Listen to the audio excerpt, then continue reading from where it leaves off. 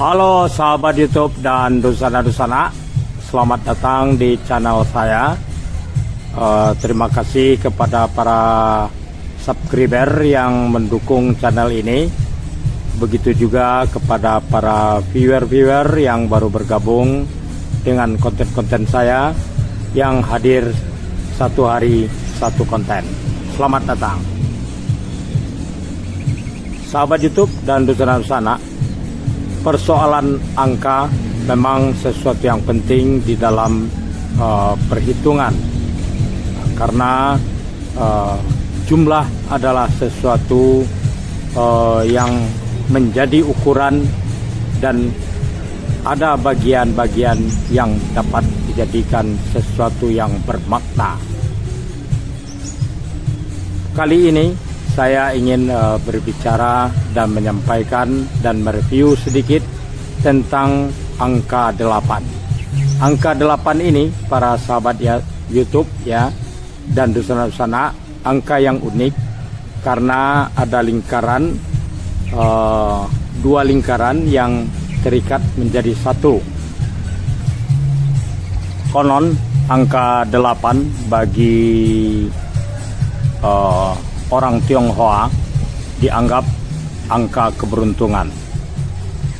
Ya, boleh percaya, boleh tidak. Di dalam sejarah yang merupakan catatan perjalanan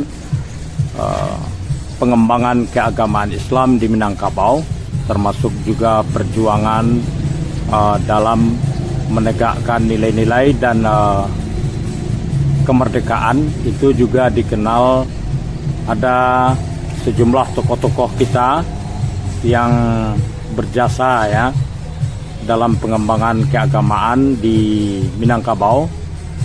Itu kesatuannya bernama Harimau Nan Salapan. Jadi para sahabat YouTube dan dusana-dusana bisa menelusurinya lebih lanjut di berbagai catatan sejarah mengenai Harimau Nan Salapan ini. Jadi angka 8 ini benar-benar penting dan banyak menjadi penghitungan dan memiliki nilai yang tersendiri. Kemudian lagi di Minangkabau ini para sahabat YouTube dan dusana-dusana juga dikenal dengan mengenai angka 8 ini pada kuliner, makanan tradisi yang sampai hari ini masih banyak diproduksi oleh home industri, oleh rumah-rumah tangga itu adalah kue salapan. Kue salapan ini juga mengadopsi bentuk dari angka 8. Itu makanya disebut dengan kue salapan. Tapi nama lainnya itu adalah karak kaliang. Boleh juga para dusana, para sahabat-sahabat YouTube mendatangi tempat-tempat kuliner untuk mencicipi dan melihat bagaimana kue salapan itu atau karak kaliang. Angka 8 ini tidak terhindarkan juga ada di dalam konstruksi bangunan Tabuik Piaman. Jadi dalam satu rangkaian itu ada hitungan 8. Sebelum saya lebih lanjut para sahabat YouTube dan dusana, pada saat tanggal 14 Agustus mendatang, itu adalah merupakan hari puncak prosesi acara Batabuik di Piaman. Jadi Tabuik Piaman ini adalah semacam acara tahunan Barelek Gadang orang Piaman. Jadi saya kira juga sama dengan di berbagai belahan dunia, itu semacam pesta panen Jadi itu sesuatu tradisi yang sudah berjalan sejak lama, turun-temurun, dan sampai hari ini masih tetap diselenggarakan. Termasuk pada bulan Agustus ini Pariaman akan Barelek Gadang pada tanggal 14 Agustus 2022. Oke, kita akan lebih lanjut menelusuri tentang angka 8 di sebuah bangunan konstruksi Tabui yang merupakan warisan tradisi di Pariaman. Oke, ikuti konten ini sampai akhir dan jangan lupa berikan like, komen, dan share agar menambah semangat dalam menghadirkan konten-konten terbaru di channel ini. Tintiang Taruy.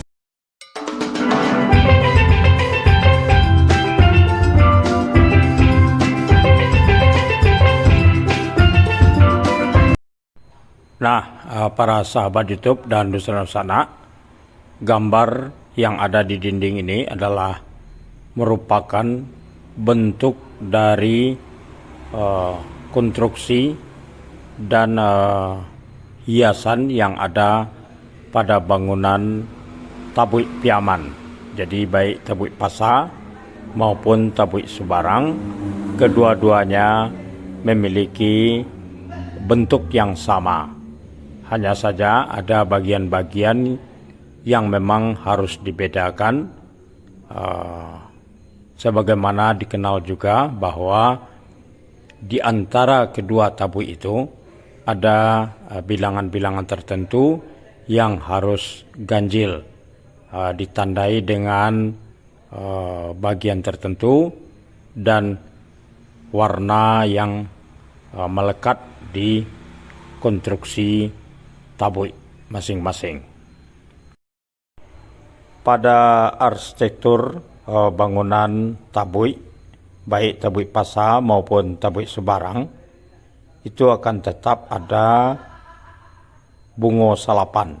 Apa yang dimaksud dengan bungo salapan adalah yang berbentuk seperti payung yang berada pada bagian puncak, 4 buah payung, kemudian di bagian tengah ya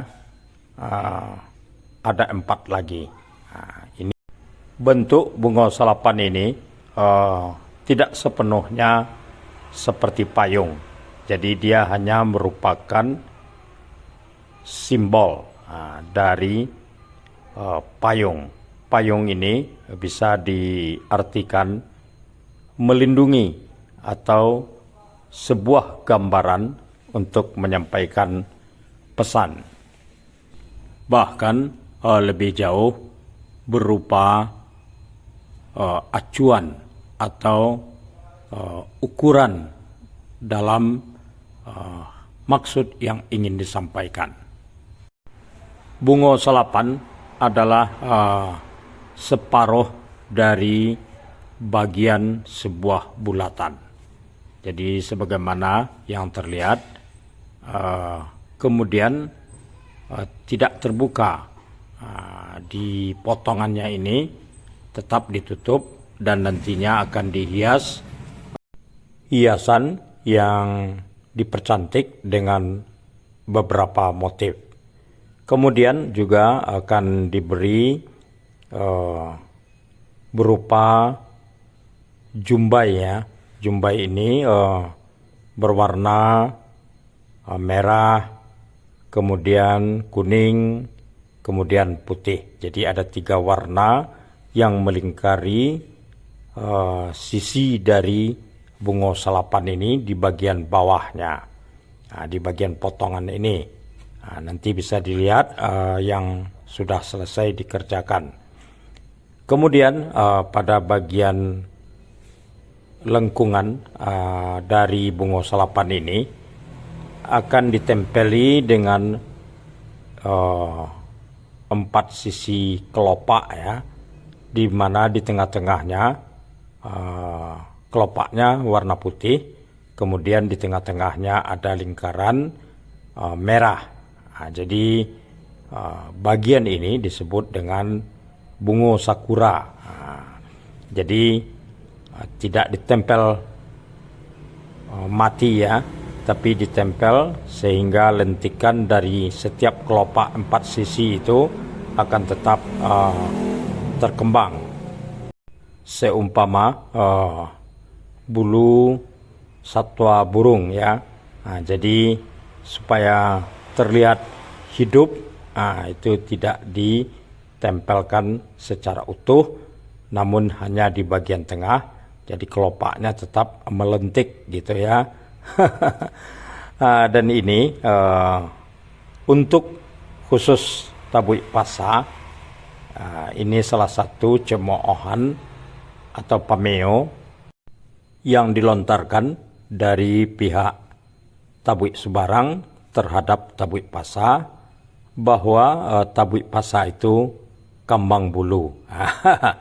Dan itu sudah cukup lama ya. Saya waktu masih kecil-kecil saja sudah tahu ada pameo terhadap Tabuik Pasa adalah tabuik yang kambang bulu.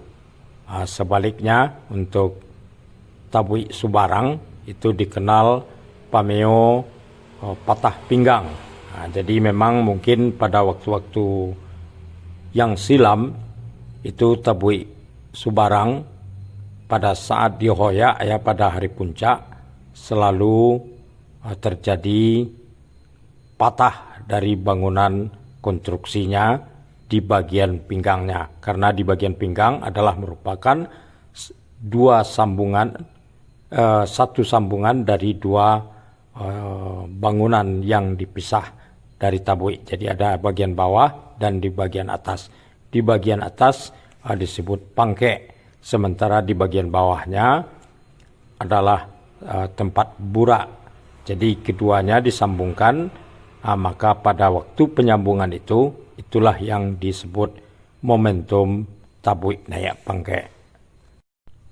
Sebagaimana di awal konten ini saya menyebutkan tentang hitungan 8. Jadi hitungan 8 itu juga ada di dalam rangkaian konstruksi dan aksesori yang bagian dari aksentuasi tabuik.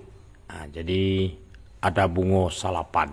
Jadi bungo salapan ini berbentuk seperti payung di mana bulatan yang dipotong. Kemudian diberi tangkai. Tangkai ini dari rotan. Kemudian di bagian yang sepotong ini seperti payung ini dihiasi. Jadi putih yang ada bintik merah ini adalah disebut bunga sakura. Pada waktu pengalaman ya, waktu di pembuatan tabuik untuk penyelenggaraan di Pulau Batam pada beberapa tahun yang silam untuk masyarakat Pariaman yang tergabung di dalam PKDP, pada saat persiapan untuk akan dihoyak ya, jadi lagi dipasang bungo salapan ini, ada tuh seorang ibu-ibu memohon-mohon untuk ingin membeli bungo salapan ini. Padahal pada saat itu tabuik belum dihoyak. Kami tentu tidak akan memenuhi permintaannya itu. Namun kadang masgul juga di dalam hati, kok sampai bungo salapan ini menjadi incaran bagi ibu itu. Ketika ditanya untuk apa gitu, si ibu itu tidak mau menjelaskan, tapi yang jelas dia ingin sekali mendapatkan bungo salapan ini. Itulah salah satu pernak-pernik tentang bagaimana keinginan dan perhatian terhadap tabuik ini tidak hanya di kampung halamannya, tapi juga di perantauan bagi orang Piaman. Padahal tabuik yang diselenggarakan di Batam itu tidak sama momentumnya dengan yang diselenggarakan pada saat tabuik gadang ini. Selain bungo salapan yang punya hitungan 8, ada lagi di bagian tabuik ini, di mana dari 4 sisi bagian puncak ini, setiap sisi ada 2 tiang yang tidak terlalu besar, hanya tiang kecil seperti pemberi aksentuasi. Jadi tiang ini dinamakan tiang ula gerang. Setiap sisi ada 2. Jadi tabui ini ada 4 sisi dari konstruksi yang terlihat ini. Maka setiap sisi ada 2, ada 4 sisi yang ditabui ya. Itu menjadikan ada 8 tiang ula gerang yang mengawal dari bangunan puncak ini. Jadi para sahabat YouTube dan saudara-saudara, tiang ula gerang ini adalah penanda bahwa tabui ini diselenggarakan di kawasan pesisiran. Ula gerang sendiri adalah ular yang hidup di dalam laut. Konon dipercaya binatang yang sangat berbisa dan mematikan. Bentuk warna kulit dari ula gerang ya persis seperti tiang ula gerang ini, berwarna hitam putih. Bisa lebih jauh kita tafsirkan, tapi pada momen ini karena terbatas durasi ya sekedar begitulah gambaran saya kepada para sahabat YouTube dan dosana-dosana mengenai tiang ula gerang yang terdapat di bangunan konstruksi Tabui Piaman ini.